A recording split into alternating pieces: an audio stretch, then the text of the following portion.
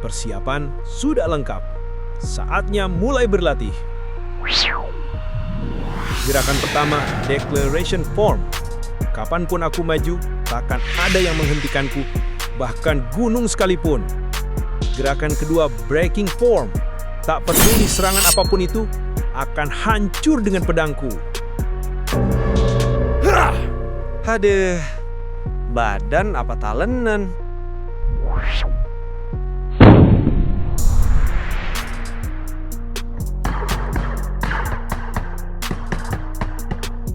Gerakan ketiga, sky cleaving form. Bahkan jika energi musuh datang, akan kubelah semuanya. Hai, keren abis. Aduh, encokku. Lanjut.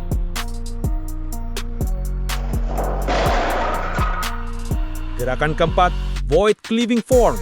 Tak ada teknik yang bisa menghalaunya. Serangan mutlak menembus pertahanan.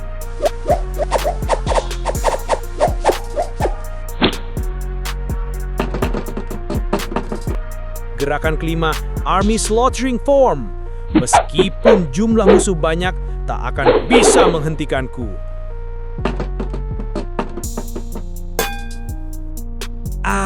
Darah tinggi gua naik. Gerakan keenam, one slash, part still water. Hembusan angin pun bisa kutebas jadi dua. Gerakan ketujuh, one point twin earths. Gerakan menyerang bagian dalam musuh. Lah, kagak hancur. Gerakan ke-8, heaven sundering form. Membelah langit. Tak ada yang tak bisa kutebas.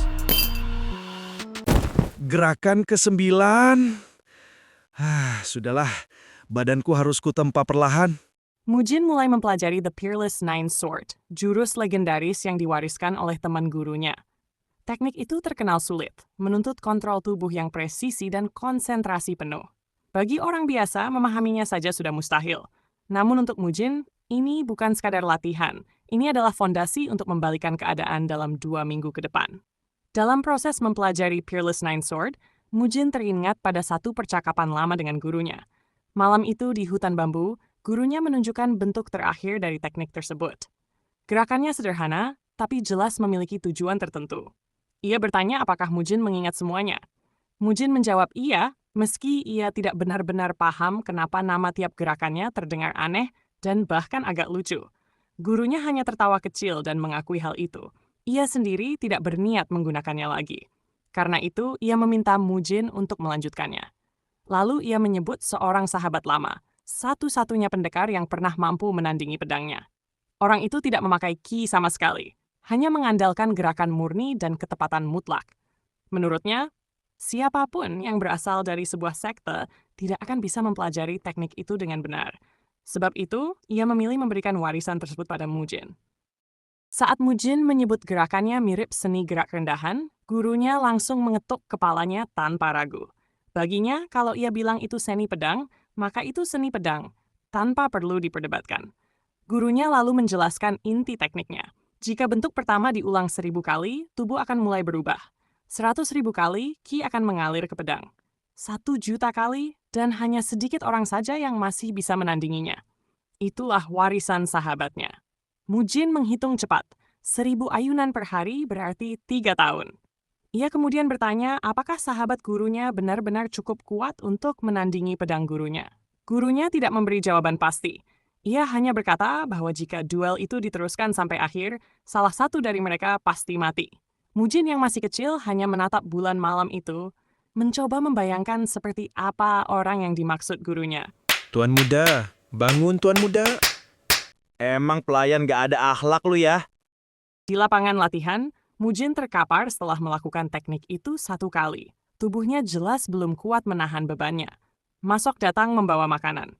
Saat melihat daging di piring, Mujin langsung memerintahkan agar hidangan daging disajikan 3 kali sehari sampai hari duel melawan Cheongdobo tiba. Jika dana kurang, ia menyuruh Masok meminjam lagi ke Bang Ho dan tidak perlu takut untuk kembali ke sana. Masok mengangguk meski cemas. Ia sempat bertanya kapan Mujin mempelajari teknik aneh yang baru saja ia lihat. Mujin menjawab pendek bahwa itu bukan urusannya. Masok terdiam, semakin sadar bahwa tuannya sudah berubah total dari yang ia kenal dulu. Masih penasaran, Masok akhirnya memberanikan diri bicara lagi. Ia mengaku wajar bila dirinya terkejut. Tuan muda yang dulu bahkan enggan menyentuh seni bela diri, sekarang berlatih seperti orang yang dikejar setan. Ia juga berkata bahwa sebelumnya Mujin sama sekali tidak paham bela diri, namun tiba-tiba bisa menghajar orang-orang Bangho hanya dengan sumpit. Dan sekarang, ia mempelajari seni pedang aneh yang jelas di luar jangkauan orang biasa. Mujin terdiam sebentar. Setelah menghela napas pendek, ia berkata bahwa ia sudah memberitahu sedikit pada adik-adiknya. Jadi, menjelaskan pada Masok bukan masalah. Mujin sempat mengatakan bahwa ia sebenarnya bukan Hua Mujin. Masok langsung memotong ucapannya, menolak mendengarkan cerita aneh seperti itu. Ia hanya mengatakan bahwa ia khawatir, takut Mujin tiba-tiba berubah lagi, kehilangan ingatan seperti dulu, lalu menghilang suatu hari. Masok akhirnya bertanya dengan suara bergetar apakah Mujin berniat meninggalkan klan Hua. Mujin menghentikan gerakan tangannya, menatap lurus ke depan, dan menjawab tegas bahwa ia tidak akan pergi. Ia akan tetap di klan sampai klan Hua menjadi klan bela diri terkuat di seluruh Sichuan. Ia menambahkan bahwa ia tidak punya tujuan lain selain itu. Masok yang sempat meledek langsung kena sentil oleh Mujin. Setelah itu, ia disuruh kembali bekerja. Masok mengangguk sambil menahan sakit dan pergi. Mujin hanya bergumam bahwa menjadi yang terkuat di Sichuan adalah bentuk tanggung jawabnya terhadap tubuh Hua Mujin. Di kediaman para tetua, Huan Bong tampak gelisah. Hari pertarungan Mujin semakin dekat. Baeksin menegaskan bahwa Cheongdobo hampir pasti akan mencoba membunuh Mujin dan merampas teknik klan Hua. Karena itu, Huan Bong mengusulkan agar mereka melarikan diri sebelum terlambat. Ia tidak ingin kedua adik Mujin ikut terseret dalam konflik kakaknya.